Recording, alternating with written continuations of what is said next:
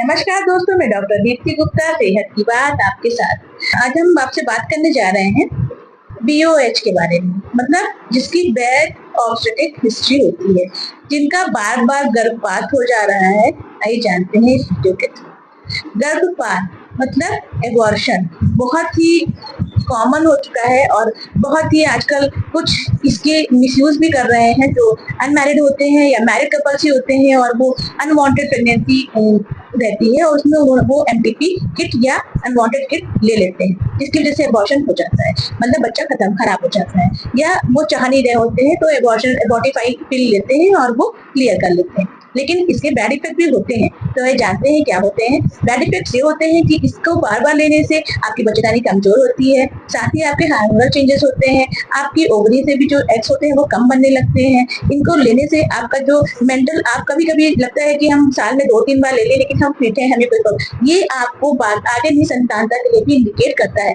कभी कभी आप जब चाहेंगे तो हो सकता है कि आपकी प्रेगनेंसी कंसीव ना हो। तो ये इसके डिसएडवांटेजेस भी होते हैं कि अगर आपने बार बार एबॉर्टिफाई पिल लिया है या MTP किट या अनवांटेड किट लिया है, तो उसके बैड इफेक्ट्स भी कहीं ना कहीं हमारी ही बॉडी पे इफेक्ट डालता है।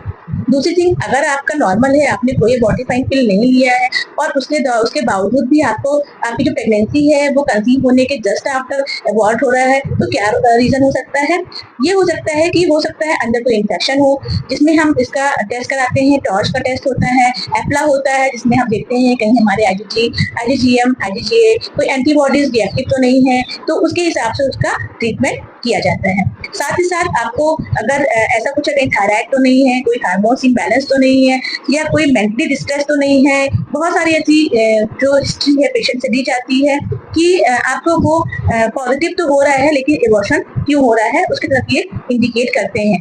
तो इसमें क्या होता है, अगर आपका कंसीविंग हो रही है और आपकी 1 मंथ या 1.5 मंथ में या 2 मंथ्स 3 मंथ्स में अगर आपको एबॉर्शन हो जा रहा है, तो उसके भी बहुत सारे रीजन होते हैं। तो इसके लिए आपको, अगर आपकी कंसीविंग हो रही है, प्रेगनेंसी पॉजिटिव आ रही है, तो जस्ट आफ्टर आपको डॉक्टर से मिलना है, अपने नजदीकी डॉक्टर से कंसल्ट करके उनसे आप अपनी जानकारी लीजिए कि अगर हमारा बार बार एबॉर्शन हो रहा है तो क्या रीजन हो सकता है। वो आपको डॉक्टर आपको सजेस्ट करेंगे, टेस्ट कराएंगे, आपकी मेंटल हिस्ट्री चेक करेंगे, आपका फिजिकल पूछेंगे, आपकी कोई मेडिसिन या कोई पास हिस्ट्री तो नहीं थी। तो ऐसी बहुत सी चीजें हैं जो हमारी प्रेगनेंसी के लिए ही रिलेट करती है और हमारी हिस्ट्री ऑफ एबॉर्शन को कंट्रोल करने पे हेल्प करती है।